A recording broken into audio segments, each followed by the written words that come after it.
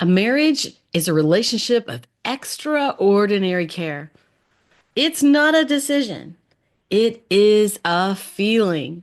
And how do you keep that feeling of romantic love? By being kind and awesome and encouraging and spending time together. I mean, there's so many ways. It's Valentine's week, and we're going to be using the acronym LOVE, LOVE. So, what makes you feel loved in your marriage? What makes you feel loved in your marriage? And ultimately, we have to look at how can I be a better spouse? Because if there's challenges or if there's things we want to see in our marriage, it all begins with us. Starts with me. It starts with you. And I'm going to remind you today of 4 ways to keep the love alive. 4 simple things that when you do them all the time, it becomes a habit and you develop that romantic love that you want to see. In episode, can't talk. In episode 61, I talk about overcoming obstacles and rekindling the romance. So if you find that you're having some challenges, be sure and look up that episode. All right, so what are we looking at today with the word love? Love. L stands for listens, O for overlooks, V for values, and E for encourages. Now, what happens when we hurt one another? When we hurt the one that we love, it causes a lot of emotional response. It causes withdrawal. Sometimes it causes anger. Today, we're going to look at how to move past that. All right, so what love looks like when we pay attention. Are you paying attention? Well, love, the L stands for listening. What does it mean to you when someone else listens to you? How do you feel when your spouse is listening to you? There's a conversation, it's going both ways. You're asking questions because you're interested. Listening shows that you care, that you respect the person, and you want to know more about them. Often we're the best listener when we are dating. Why? Because we want to learn about each other. And so we are asking questions then, and we are listening for the answers because we want to know more about each other. What happens after we get married?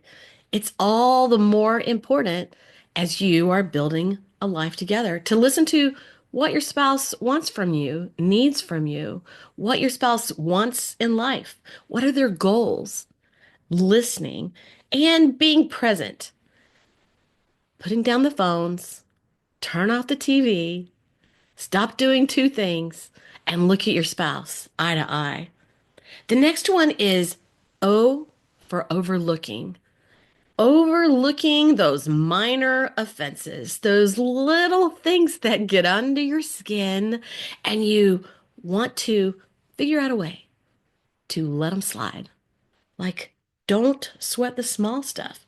Sometimes simply it's our spouse's behavior style. It's something that rubs us wrong. But when we can learn to overlook that and not criticize, not get irritated, we're on our way to overcoming that. So learn to overlook.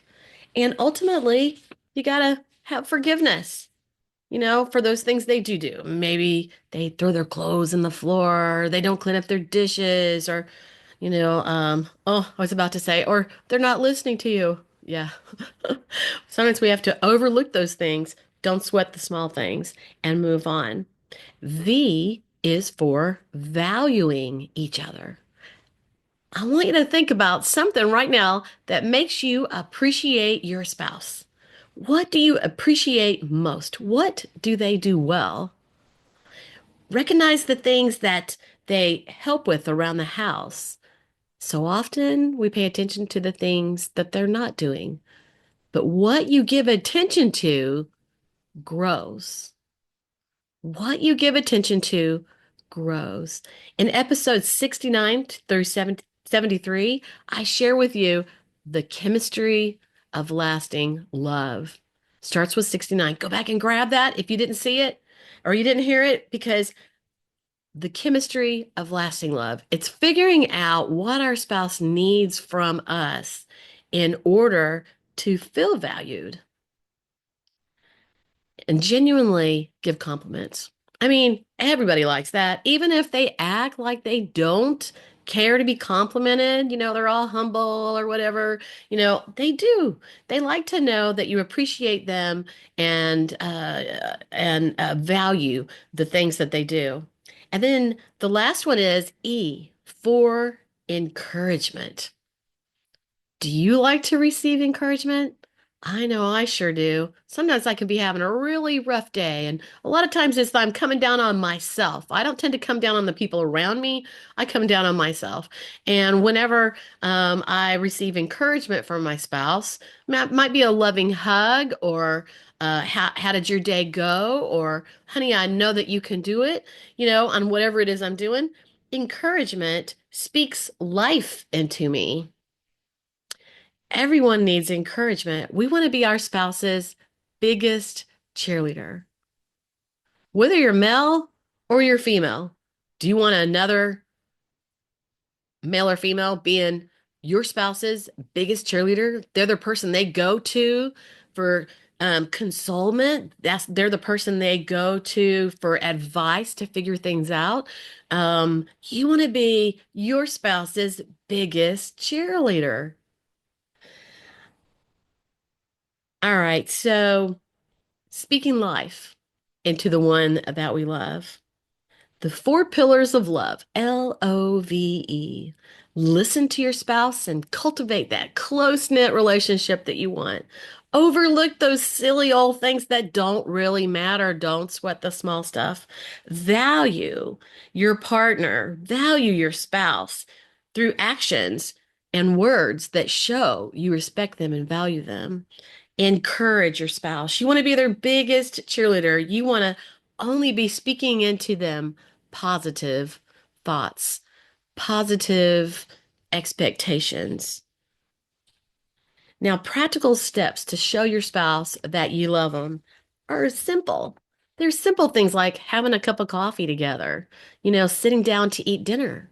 Maybe a text saying, "Hey, I saw this today on the way to work," and dee dee dee dee dee, or "Hey, I thought about you today. Did you see that new movie that's out? We'll have to go. Hey, how's your day going?" Just small little things that show that you love. Remembering to express gratitude for all the things they do. It might be for the financial support, the money they bring in and supports the family. It might be for cooking dinner or taking care of the kids. It might be for they got your things together for you. Like my husband and I are in a chorale, and every Monday night we have a 2.5 hour rehearsal. Well, you know what he does all the time? He sorts my music. I mean, we go through about 12 pieces of music every week, typically, and he sorts my music and puts it in order. Well, let me tell you, I'm not always the most organized person. So when I pull out that music and it's in order, I don't have to shuffle through every time a new piece is announced, trying to find it through all those pieces of music. He always puts my stuff in order. I mean, that's an ultimate thing of act of kindness, right? Or to show me he cares. And it's something that he can do. He does his, so he just sits down and does mine too. So small acts of kindness, like a little note, um, women like maybe a small little thing of flowers. So it doesn't have to be expensive. Um, you know, bringing a donut home if they're not on diet. Making your spouse his favorite cake. What does your spouse love? What is the acts of kindness? Sometimes it's for me, it's like when the husband cleans up the kitchen, you know, those real life things. So, how will you embrace love this Valentine's Day? You want to be proactive and you want to decide what you want from the day, and you want to lead by example. Listen, overlook, value, and encourage. I want to thank you guys for listening, and I want to ask you to please share this podcast if it makes a difference for you. There's friends that you have, and you have no idea what's going on behind closed doors. Sometimes people look great on the outside, they're having challenges on the inside.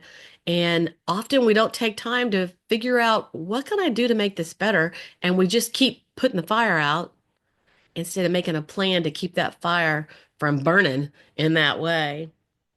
So next week, a young woman who turned her young marriage, her brand new marriage, around, they had financial problems. And when you have financial problems in the beginning of your marriage, whew, it can color everything. They used the Dave Ramsey method, and she's going to share with that next week. So I do hope you'll join us then. And I want to wish you a very happy Valentine's Day.